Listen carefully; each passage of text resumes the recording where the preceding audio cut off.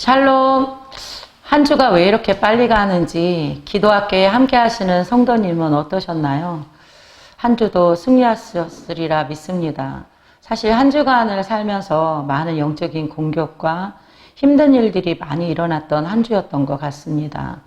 참 많이 육신의 어려움도 또 참 많은 생활 속에서도 힘들었던 것 같아요. 그리고 마음이 상해서 기도를 할 수 없을 정도로 많이 힘든 한 주였기도 해요. 그래서 제가 저번 한 주는 기도학교를 촬영을 잠시 멈췄습니다. 기도를 해야 그래야 이것을 준비할 수 있을 것 같아서 제가 한 주간 미루고 지금 이렇게 영상 촬영에 임하고 있는데요. 기도학교에 임하시는 우리 성도님들도 이 한 주간을 살아가시면서 많은 힘듦 그리고 영적인 싸움이 있었으리라 믿습니다. 이것이 바로 우리가 기도에 훈련된 자 그리고 기도하는 한 사람으로 세워나가기 위한 하나님의 은혜이기도 하고 사단이 그것을 알기 때문에 우리를 세워가지 못하게 기도하지 못하게 막는 것 같습니다. 우리가 이런 일어난 일들을 바라보면서 이것이 영적인 것이라는 걸 그리고 우리는 혈과 육의 싸움이 아니라 저 마귀와의 싸움인 걸 우린 기억하시고 우리 모두가 승리하는 그러한 우리 기도학교의 성도님들이 되셨으면 좋겠습니다. 먼저 기도로 시작하겠습니다. 하나님 아버지, 우리의 기도가 얼마나 중요하고 우리의 기도가 얼마나 하나님 앞에 하나님의 보호자를 움직이고 있는지 우리가 이 한 주 한 주를 살아가며 한강 한강을 아버지 나아갈 때마다 참 많은 영적인 공격과 힘듦이 있습니다. 이러한 가운데 주님 앞에 우리가 승리하게 하여 주시고 더 영적으로 깊어지고 넓어지고 높아지는 은혜가 우리 가운데 임하게 하여 주시기를 원합니다. 이 한 주간도 주님의 은혜 가운데 하나님의 그 놀라우신 축복하심으로 승리하는 우리의 삶이 되게 하여 주시옵소서. 예수님의 이름으로 기도했습니다. 아멘. 먼저 4강에 들어가기 전에 기도가 얼마나 중요한 거에 대한 부분은 우리가 오늘 4강에 대한 부분은 그렇게 진행을 하려고 합니다. 참 기도한다는 건 우리의 영적인 것들 그리고 우리의 일어나는 일들을 바라보면서 얼마나 중요한지에 대한 부분을 다시금 생각하게 되고 또 묵상하게 되어지는 것 같습니다. 때로는 많은 마귀가 정말 우리를 그 하나님의 자녀에서 또 다른 그 기도의 깊이 속에서 하나님과 더 가까이 가는 그러한 우리의 기도를 통해서 사단은 그것을 막으려고 하는 것 같습니다. 사실 제가 신앙생활 하며 시작했던 것들도 그렇지만 이전에 제가 신앙생활을 하지 않았을 때 그리고 하나님이 저를 교회로 이끌어올 수밖에 없는 그 상황에 있을 때에 그때 참 많은 신앙의 어려움이 있었던 것 같습니다. 많은 분들이 저를 위해 기도할 때에 그때마다 그분들은 정말 많이 힘들고 어려우셨다고 해요. 그래서 제가 교회에 이렇게 나와서 사역을 할 거라고는 상상을 하지 못했다고 말씀하세요. 저에게는 늘 그 WW라는 그 심장병도 있었고 또 여러 가지 상황의 아픔 가운데도 있었지만 하나님이 저를 이끌어 오시기 위한 또 한 방법이 저를 통해서 하나님은 아주 무서운 일들을 겪게 하셨어요. 사실 제일 먼저 저에게 그 일들 중에 저의 발걸음을 인도하시기 위한 하나님의 계획하심 속에 먼저 제 몸이 너무너무 아픈 거예요. 그리고 저희 할아버지가 저를 키울 수밖에 없는 그 상황 가운데에도 저희 할아버지는 제가 죽을 것 같으니까 할아버지가 한약방을 하시면서 많은 사람들에게 무료로 한약도 지어주시고 또 그들의 삶 속에서 그들의 어려운 힘듦 속에서 아무것도 받지 않고 그저 무료로 봉사했던 그런 저희 할아버지의 모습 속에서 저를 아주 어렸을 때 데려다가 키우셨거든요. 제가 너무 도저히 살 수 없는 아이라고 의사도 이야기하니까 저희 할아버지가 내가 살려보겠노라 하시고 저를 이끌어 가셔서 저를 데리고 가셨어요. 그래서 막내딸이 있음에도 불구하고 손주인데도 막내딸처럼 저를 키우셨죠. 그러면서 제가 장성해지고 고등학교를 들어서고 할아버지가 돌아가시면서 유언으로 이런 건 아닌 것 같다. 미신도 그리고 유교 집안도 아닌 너희들은 내가 죽고 나면 기독교나 카톨릭 그런 경건한 곳으로 가는 게 좋을 것 같다라고 돌아가시면서 유언을 남기셨거든요. 근데 그 속에서 저에게는 늘 저희 고모가 셋째 고모가 스님이라고 했었잖아요. 그 스님 꼬모가 사람들은 저한테 물어보시더라고. 상강이 끝나면서 그 스님이 도대체 얼마나 유명한 분인지 아니면 그냥 동네에 그냥 자그마한 그런 곳에 있는 분인지. 사실 굉장히 유명한 분이세요. 우리나라에 손꼽히는 근데 그 선제 스님이라고 해서 사찰 음식을 연구하는, 그래서 테레비 방방곡곡에 다 나오는데요. 그분이 저를 후계자로 키우시려고 생각을 하셨던 것 같아요. 제 몸은 너무 연약하고 너무 힘드니까, 그래서 본인이 섬기는 교회, 아니 그 절에 가서 저를 이상한 뭐 귀신 쫓는 막 이런 것도 저한테 행하기도 했고요. 그러면서 저는 더 피폐해지고 더 힘들었던 그런 그런 생활들이 더 있었던 것 같아요. 그러면서 어느 날 저희 선배가 교회를 다님에도 불구하고 저를 데리고 철학하는 게 아니라 무당집에를 저를 가서 저의 그 생년월일 놓고 이야기를 하셨나 봐요. 근데 그때 그 무당이 그러셨대요. 얘는 여기 올 애가 아니라고, 교회 가라고 그렇게 이야기를 해서 저희 선배가 놀래갖고 저한테 와서 너 교회 가야 한대 라고 이야기하기도 했거든요. 근데 그때 제가 너무너무 아픈데 절에서도 그 귀신을 쫓는 그 행위를 했어도 제가 계속 아프니까, 근데 그때 그 무당이 그런 이야기를 했다고 하더라고요. 걔 혹시 무병 걸린 거 아니냐, 그러면 시험엄마를 만나서 큰 내림굿을 해야 된다라는 말씀을 하셨대요. 그러면서 스님이 그 얘기를 듣고 나서 아주 가천에 있는 아주 유명한 절이 있는데요. 그 절에 있는 그 스님에게 저를 부탁을 하셨대요. 그래서 어느 날 제가 밥을 먹고 있는데 스님이 잠깐 보자고 하시는 거예요. 그래서 나갔는데 그 남자 스님하고 이렇게 같이 있더라고요. 근데 그 스님이 저 밥 먹는 모습을 유심히 쳐다보고 계시다가 저를 보면서 그런 얘기를 했대요. 맞다. 제가 너 후계자다. 그리고 내가 키워볼게 라고 말씀을 하셨대요. 그러면서 저희 고모가 밥 다 먹고 그 스님을 보내고 나서 저한테 그런 말씀을 하시는 거예요. 내가 널 키워줄게. 근데 제가 그때 교회를 다니지 않음에도 불구하고 제 생각에 제가 너무 당돌했었나 봐요. 저희 스님한테 그런 이야기를 했대요.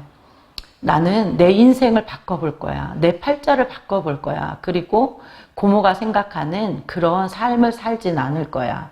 하고 당차게 이야기하고 제가 돌아섰다고 해요. 그리고 나서는 그게 무병이라는 소리를 들었을 때 세상이 꺼져가는 것 같은 거예요. 그래서 지금도 그 자리에는 지금 건물도 있고 여러 가지가 들어서 있지만 서둔동의 서울농대 앞쪽에 가보면 옥수수밭이 옛날에는 서울농대에서 키우는 옥수수밭이 어마어마한 것이 있었어요. 그때 제가 그곳에서 정말 하루 온종일 울었던 것 같아요. 제가 왜 이런 삶을 살죠? 제가 왜 이렇게 해야만 하죠? 하고 견딜 수 없는 그 상황 속에서 제 친구가 저에게 손을 내밀었어요. 그러지 말고 교회를 가보면 어떨까? 그러면서 제 마음엔 교회를 가봐야 되겠다 하고 갔는데 그때는 하나님이 저를 부르시지 않으셨던 것 같아요. 그때는 제가 교회를 갔어도 생각은 딴 데가 있고 제 몸은 점점 힘들어지고 그 목사님의 설교가 들리질 않는 거예요. 저를 위해 기도해줘도 그냥 가슴이 무덤덤해지는 그런 상황에 있었던 것 같아요. 근데 그러면서 하나님은 저를 통해서 더 많은 계획하심으로 여러 가지 상황으로 저를 몰아가셨던 것 같아요. 그만큼 하나님이 기도하는 사람들을 막 깨우셨어요. 제가 교회 가서 기도를 받지 못하고 기도를 받았음에도 불구하고 그런 상황 속에서도 교회를 다니는 마음이 열리지 않으니까 모든 분들이 저를 위해서 정말 몇 날 며칠 식음을 전폐하면서까지 금식하면서까지 저를 위해서 기도하셨다고 해요. 이것이 그들의 기도로 말미암아 하나하나 쌓이면서 결국엔 저희 막내 이모와 그리고 저희 미국 고모와 많은 사람들의 기도를 통해서 하나님은 결국 그 일을 그리고 제 발걸음을 주님 앞으로 인도해 주셨던 것 같아요. 이것이 기도의 중요성이 아닐까요? 기도가 정말 중요한 이유는 그러한 강팍한 심령, 그러한 사단 마귀에 있는 그러한 성도들, 그러한 사람들도 하나님은 그 기도를 통해서 그들을 하나님의 자녀로 만들어 주신다는 거예요. 오늘 기도학교에 임하시는 우리 모두가 주님의 은혜 가운데 이 기도가 얼마나 중요한지, 그리고 한 영혼을 하나님은 어떻게 이끌어 오시는지, 그 기도로 말미암아 하나님은 이끌어 오시는 것을 우린 기억하셨으면 좋겠습니다. 기도가 중요한 이유에 대해서 오늘은 같이 나누고자 하는데요. 먼저 베드로전서 4장 7절의 말씀을 함께 제가 먼저 봉독하겠습니다. 베드로전서 4장 7절입니다. 제가 봉독하겠습니다. 만물의 마지막이 가까이 왔으니 그러므로 너희는 정신을 차리고 근신하여 기도하라. 아멘. 기도는 하나님이 먼저 방법을 만들고, 그리고 우리가 그 약속을 따르는 것입니다. 예수님께서 우리에게 가르쳐 주셨던 것이 주기도문입니다. 너희는 이렇게 기도하라. 근데 우리는 그 약속을 따르고 그 약속을 믿는 그러한 것입니다. 기도의 응답은 하나님이 약속하신 곳에 가서야 우리가 받을 수 있습니다. 기도는 우리가 할 수 있는 대로 하는 것이 아니라 하나님이 원하시는 분량만큼 해야 하는 것입니다. 여기에 기도를 더 오래 하고 전념해야 하는 그 비밀이 있는 것이죠. 위대한 기도의 사람들을 보면 하나같이 기도에 전념했던 사람들입니다.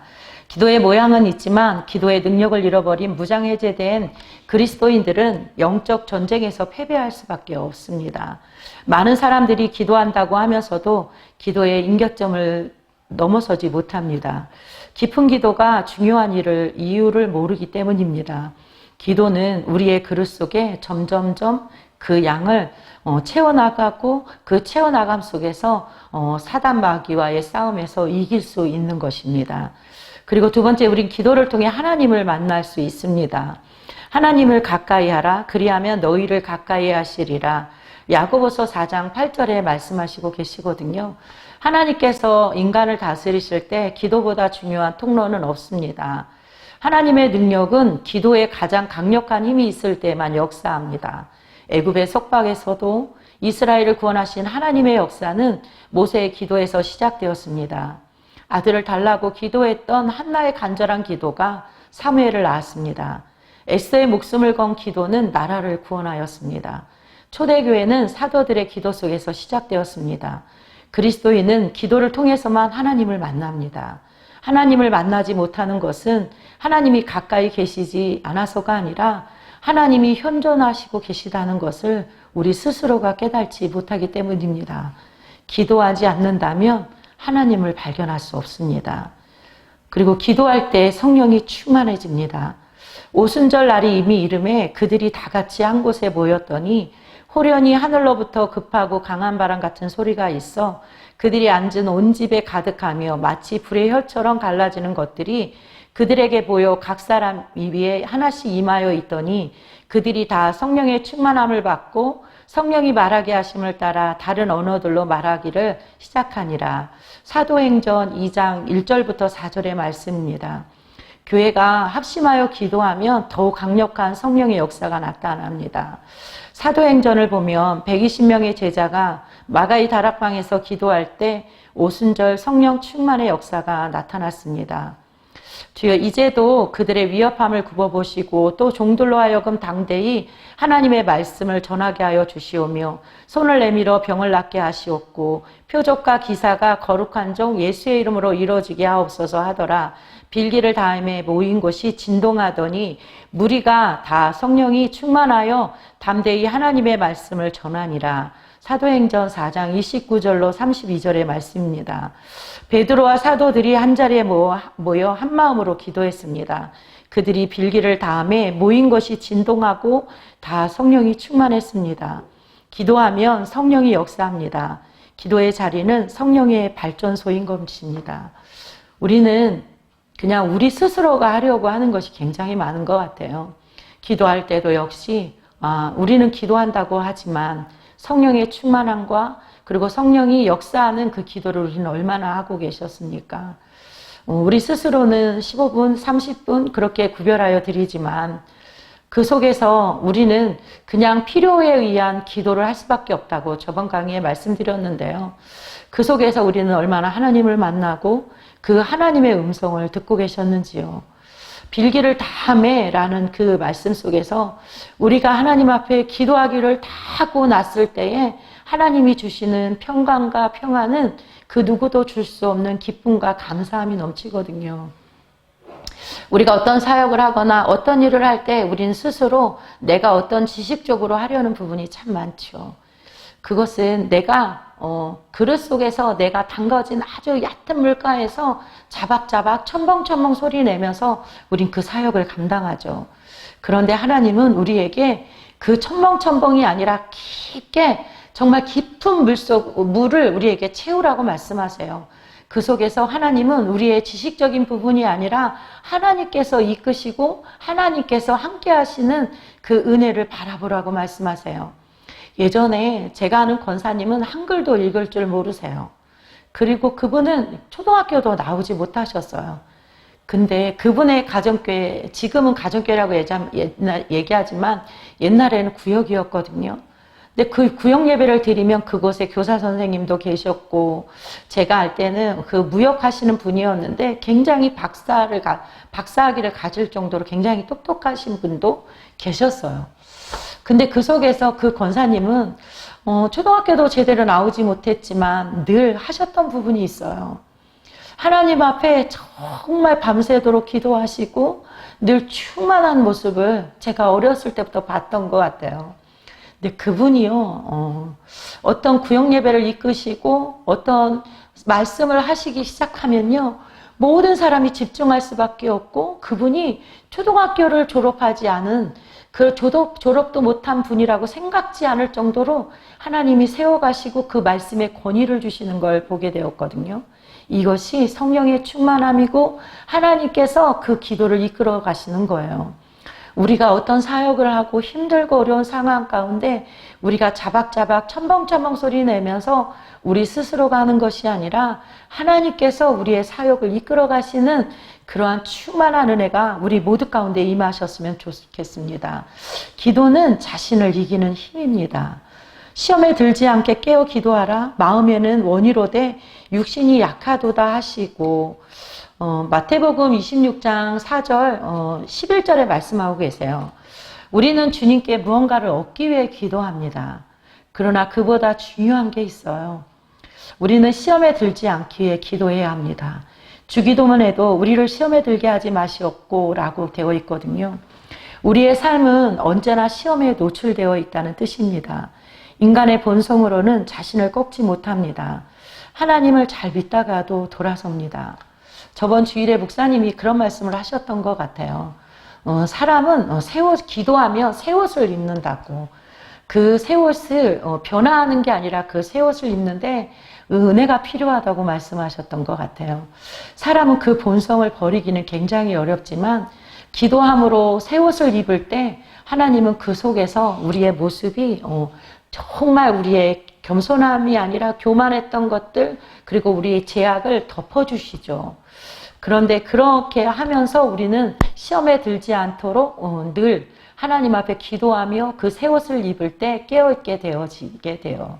그래서 어떤 똑같은 상황인데도 우린 그것을 통해서 하나님의 눈으로 그리고 하나님의 성령의 충만함으로 하나님께서 주시는 것인지 우린 분별하게 되어지거든요. 근데 은혜가 떨어지고 기도하는 것이 우리에게 점점 멀어지기 시작하면 우린 그것을 통해서 점점 나의 모습이 드러내게 되어지죠. 그리고 우리의 삶은 언제나 시험에 노출되어 있다는 것입니다. 인간의 본성으로는 자신을 꺾지 못합니다. 하나님을 잘 믿다가도 돌아섭니다. 예수님이 처음 공생애를 시작하고 40일 광야에서 받은 시험은 사탄으로부터 왔고 예수님의 최후의 기도는 나의 뜻대로 마옵시고입니다. 마귀보다 힘든 것이 자신입니다. 잘못 형성된 나의 가치관을 바꾸는 것은 정말 어렵습니다. 나를 꺾는 유일한 방법이 기도입니다. 스펄전 목사님은 기도하지 않고 성공했으면 성공한 것 때문에 망한다고 말했습니다. 기도하고 성공하면 겸손해지지만 기도하지 않고 성공하면 교만해집니다. 세상의 기도를 대신할 것은 아무것도 존재하지 않습니다. 기도는 기도로 채워야 하고 기도는 기도로 풀어야 합니다. 저희 가정이 12년 동안 참 많은 어려움이 있었습니다. 근데 이건 정말 창피하고 정말 하나님 앞에 우리 가정이 정말 교만했던 것 같습니다. 점점 저희가 봉사하기 시작했고 점점 제가 전도했던 청년들이 중고등부생들이 70명, 80명이 늘어나기 시작하면서 하나님은 저희 가정, 저희의 모습, 저희 가정을 돌아보셨던 것 같아요. 그런 속에서 참 많이 교만했던 모습을 바라보면서 저희 가정을 하나님은 그 모습 속에 기도로 정말 하나님 우리 가정을 쭉 꺾어가기 시작했던 것 같아요. 이 모습을 바라보면서 어느 순간 우리가 생각을 하게 되었던 부분들이 좀 있었던 것 같아요. 우리 가정이 왜 12년 동안 어렵고 힘든 세월을 겪었을까? 근데요, 그 속에서 하나님 앞에 거듭나지 못했던 거, 우리의 겸손하지 못하고 교만했던 것들, 하나님이 돌아보게 하셨던 것 같아요. 그 세월 속에서 우리를 꺾으시고 만들어 가시는 가정이었던 것 같아요. 목사님이 반대함에도 불구하고 우리가 여러 가지 상황 속에서 우리 힘으로 하려고 했던 그런 부분들이 있었거든요. 그럴 때 저희 아이들의 아빠는 아이들이 선생님들이나 목사님이 가장 기본이 되어서 그 아이를 야단쳐야만 또 다른 아이들이 직접적으로 야단칠 때 그 아이들은 시험이 들 것 같으니까 저희 아이들을 야단치시고 그러면서 이렇게 설교를 하셨던 것 같아요. 근데 저희 애기 아빠는 믿음이 없었고 저 스스로도 다른 건 다 되는데 아이들에 대한 부분이 참 많이 힘들고 버거웠던 것 같아요. 그럴 때 저희 애기 아빠가 목사님한테 가서 따지기도 했거든요. 왜 우리 아이들을 함부로 대하십니까? 그렇게 이야기하면서 저희 애기 아빠도 점점 교회를 멀리하게 됐고 그러면서 저에게도 계속 했던 말이 그런 거였던 것 같아요. 적당히 해라. 그렇게 하다가 충성하면 뭐하니? 결국에 돌아오는 건 비수밖에 없는데 라고 이야기했던 그런 못난 저희 가정의 모습도 있었습니다. 근데 그럴 때 저에게 저를 정말 간절히 위해서 기도했던 미국 고모가 저한테 그런 말씀을 하셨어요. 그거 너무 교만해. 하나님 앞에 그저 너희는 순종해야 해. 복종하는 거야. 그런데 저희는 그때도 저희가 잘났다고 생각했던 거죠. 기도하면서도 난 기도하고 있잖아. 그리고 말씀 예배도 잘 드리고 있잖아. 충성도 하고 있거든. 그런데 그때 고모가 하는 얘기가 들리지 않았어요. 근데 그러면서 하나님은 저희 가정에 저희 애기 아빠의 사업이 점점 망하게 되어지고 저희 애기 아빠가 다른 곳으로 눈을 돌리게 하고 저희 가정은 정말 말할 수 없이 힘들고 바닥까지 갔던 것 같아요. 그럴 때 목사님은 눈물로 기도했고 그 속에서 저희 가정은 헤어날 수 없을 정도로 정말 깊은 웅덩이와 수렁 속에서 깨닫지 못하고 그저 하나님 앞에 그냥 눈물로 기도했던 것 같아요. 그러면서 하나님과 기도 속에서 하나님이 저를 만나 주셨고 그 속에서 하나님이 저희 가정을 하나 되게 하기 위한 12년의 가정이 흘렀어요. 사실 저희 학우들도 잘 몰랐거든요. 근데 제 이 강의를 어쩌다 듣게 됐나 봐요. 근데 그러면서 제가 그 오랜 세월을 이렇게 견뎠구나라는 걸 처음 알게 되면서 저한테 카톡도 하고 참 저에게 많은 힘도 되어지는 말씀들로 저에게 보내주시고 격려와 응원도 해주셨던 것 같아요. 하나님 앞에 우리가 왜 기도해야 할까요? 우리는 점점 내 모습이 드러날 때일수록 점점 더 기도해야 하고 우리가 평안해질수록 더 많이 기도해야 하는 것들이 바로 이런 것 같습니다. 우리는 기도하지 않으면 하나님 앞에 점점 내 모습이 드러나거든요. 내 변화되지 못한 모습, 그리고 내가 꺾이지 못했던 모습들, 그리고 다시금 이전에 내 교만했던 모습으로 다시 돌아가게 되어지는 것 같아요. 하나님 앞에 이런 하나님의 훈련된 모습에 힘들고 어려운 고난의 길을 자청하는 것이 아니라 이 기도학교를 들으시는 우리 모든 성도님들은 정말 하나님께서 원하시고 바라시는 그 뜻 가운데 안타까운 일이 없도록 그리고 정말 하나님 앞에 겸손해져서 기도함으로 그 하나님의 인도하신 가운데 거하는 우리 모두가 되셨으면 좋겠습니다. 두 번째는 기도의 생활입니다. 기도에 어떻게 우리는 기도하면서 생활을 할 것인지에 대한 부분을 함께 나누고자 하는데요. 누가복음 21장 34절로 36절 말씀입니다. 제가 봉독하겠습니다. 너희는 스스로 조심하라. 그렇지 않으면 방탕함과 술 취함과 생활의 염려로 마음이 둔하여지고 뜻밖의 그날이 덕과 같이 너희에게 임하리라. 이 날은 온 지구상에 거하는 모든 사람에게 임하리라. 이러므로 너희는 장차 올 이 모든 일을 능히 피하고 인자 앞에 서도록 항상 기도하며 깨어 있으라 하시니라. 아멘. 기도는 신앙의 가장 기초적이고 본질적인 활동입니다. 하나님을 믿는 사람은 기도하며 서는 사람들입니다. 하나님은 기도하는 사람을 사랑하시고 기도를 들으시며 그 기도에 응답하시고 기도를 통해 하나님의 일을 행하십니다. 기도는 단순한 권유가 아니라 명령입니다. 많은 그리스도인들이 기도를 단지 신앙생활의 일부로만 생각합니다. 기도는 신앙의 본질적이고 절대적인 요소인 것입니다. 예수님은 겟세마네 동산에서 잠든 제자들을 향해 깨어 기도하라고 명하셨습니다. 이 잠은 육신의 잠만이 아니라 영적 잠을 의미합니다. 기도는 영적으로 깨어 있습니다. 기도만이 우리의 영혼이 넘어지지 않도록, 마비되지 않도록, 악에 빠지지 않도록 지켜줍니다. 그리고 기도 분량의 목표를 정해야 합니다. 기도에는 분량이 있습니다.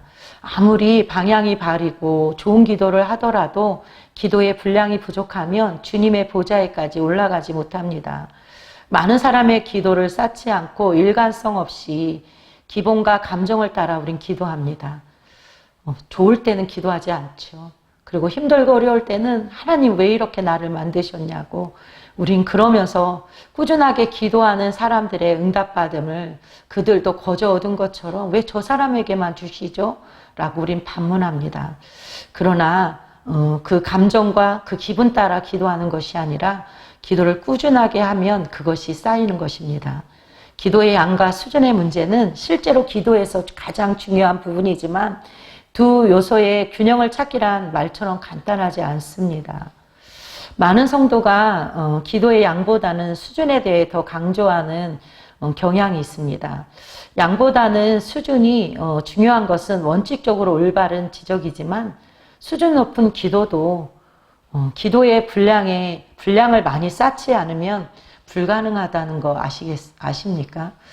훌륭한 선수는 좋은 경기를 보여주기 위해서 피나는 연습을 합니다. 짧은 시간에 멋진 경기를 보여주어야 하는 선수들은 경기를 앞두고 수백 배에 달하는 시간을 연습에 투자합니다.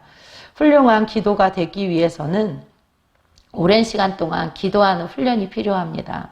기도를 처음 시작하는 사람이거나 거듭남을 경험한 후 기도에 대해 알기 시작한 사람의 경우에 장시간 그리고 오랫동안 그리고 꾸준하게 기도를 경험할 필요가 있습니다. 신앙생활은 기도로부터 시작하고 기도로 끝이 나는데요. 어느 한순간 확 타오르다가 꺼지는 불과 같아서는 안 됩니다. 그리고 규칙적인 기도의 시간이 있어야 합니다. 주님의 자녀인 우리의 삶이 풍성하지 못하다면 풍성한 기도가 없기 때문입니다. 그리스도의 몸은 주님이 거하시는 성전인데 기도하지 않으면 강도의 소굴이 되고 맙니다. 기도해야 한다는 것을 알면서도 기도하지 못하고 있다면 보통은 일정한 기도의 시간을 마련하지 않았기 때문입니다. 앤드류 머레이는 일정한 기도 시간이 없는 사람은 기도하지 않는 사람이라고 말했습니다.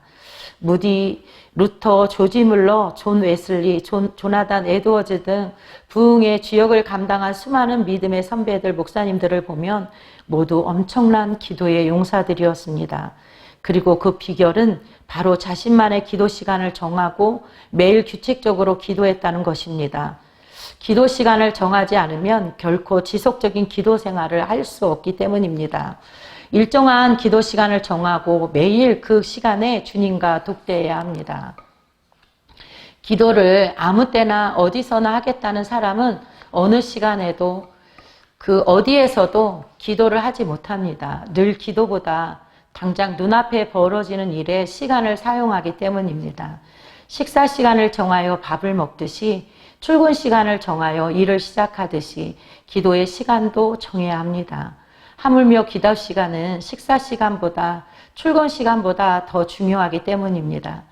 시간이 지나고 나면 기도하는 것이 아니라 기도할 시간을 먼저 정해야 기도하게 됩니다. 기도한다는 건 어떤 우리가 일이 있어서 어떤 문제가 있어서 기도하는 것 같지는 않습니다. 이 기도의 중요성을 들으면서 그리고 정한 시간에 하라는 귀한 말씀을 이렇게 전하면서 제가 어떤 걸 생각하게 됐냐면 솔개를 생각하게 되었어요. 솔개는 독수리과이기도 하고 그런 솔개를 바라보면서 우리 마치 기도가 그렇게 고행스럽고 힘들고 어렵지만 그럼에도 그것을 우리가 다시 생각해보고 솔개처럼 그렇게 기도하는 사람, 그런 사람으로 세워졌으면 좋겠다는 생각이 참 많이 들었어요. 사실 솔개는 70년의 그 수명을 갖고 있다고 하더라고요. 근데 70년의 수명을 다 온전히 살아가는 게 아니라 40년이 되어지면 그들에겐 고비가 있대요. 그래서 그 고비를 견뎌야 70년까지 살 수 있는데요. 그 고비 가운데는 어떤 것이냐 하면 그 부리가, 그 멋졌던 부리가, 먹이를 잡아먹었던 부리가 어느 순간 그 부리가 점점 구부러져서 먹이를 먹을 수 없고, 그리고 날개는 멋지게 날랐던 그 날개는 어느 순간 기름이 지고 때가 타서 점점 그 날갯짓을 할 수 없을 정도로 날개가 형편없어진다는 거예요. 근데 그것을 하지 않으면 그 부리와 그 날개를 새 것으로 만들지 않으면 굉장히 솔개는 먹지도 못하고 그 날지도 못하는 형편없는 삶을 살다가 죽는다고 하더라고요. 그런데 솔개가 새로운 삶을 살 수 있는 건 솔개가 40년이 되었을 때 그 중에 나는 이렇게 살아야지, 나는 70년의 수를 다해야지 그들이 생각한 것이 아니라 그 상황에서도 그들이 할 수 있는 걸 최선을 다해서 할 때 그들이 70년 수명을 다 할 수 있다는 거예요. 그 첫 번째가 뭐냐면 그 솔개는 그 부리를 바위에 갖다가 마구 쪼아댄대요. 그래서 그 구부러진 부리를 일단 깨트린대요. 그리고 그 깨트림 속에서 새로운 부리가 나게 되어지면 정말 힘들고 어렵지만 날개 하나하나를 다 뽑아낸다는 거예요. 그렇게 뽑아내고 나서야 새로운 그 날개가 새로 생기고 그리고 그 부리로 먹이도 먹을 수 있어서 70년의 수명을 다한다고 하더라고요. 우리가 기도 생활은 그런 것 같아요. 하나님 앞에 우리가 지금까지는 하나님 앞에서의 우리의 모습이 어떠하든지 어떤 모습이었는지 우리는 아마 스스로는 너무나 잘 알 거예요. 근데 이 일로 계기가 되어서 우리가 다시금 기도에 힘을 얻고 기도를 할 수 있는 은혜를 얻어서 솔개처럼 다시 날갯짓하고 새로운 먹이를 먹일 수 있는 그런 은혜가 우리 모두에게 있었으면 좋겠습니다. 솔개가 자신의 부리를 부러뜨리지 않고 그 날개를 뽑아내지 않았다면 그의 삶은 여전히 형편없는 솔개로 살아갈 거예요. 하나님을 믿는 우리도 기도의 삶을 살지 않고 그리고 우리의 뜻대로 우리의 감정대로 그렇게 기도하지 않고 살아간다면 우리 역시 하나님 앞에 하나님의 멋진 자녀가 아니라 그냥 하나님을 믿는 그냥 자녀인 거예요.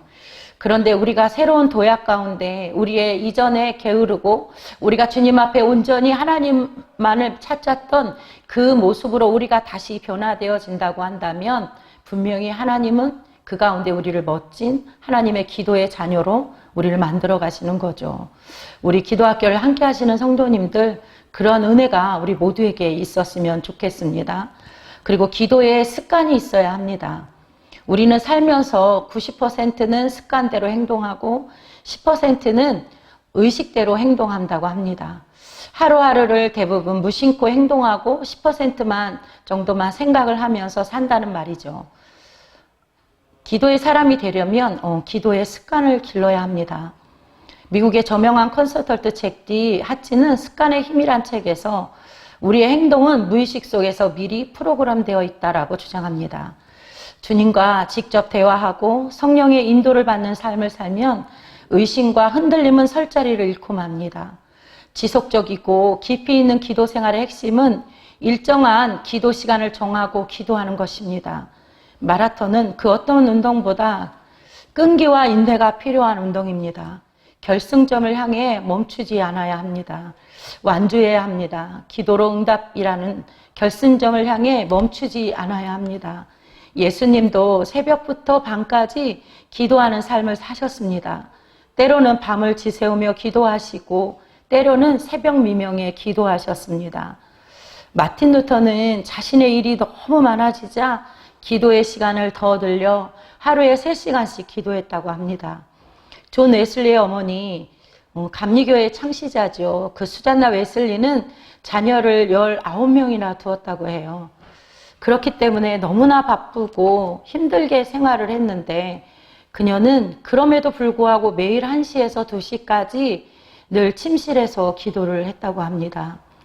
존 웨슬리, 찰스 웨슬리 같은 위대한 하나님의 사람들이 그녀의 자녀들이라는 것이 조금도 이상하지 않죠.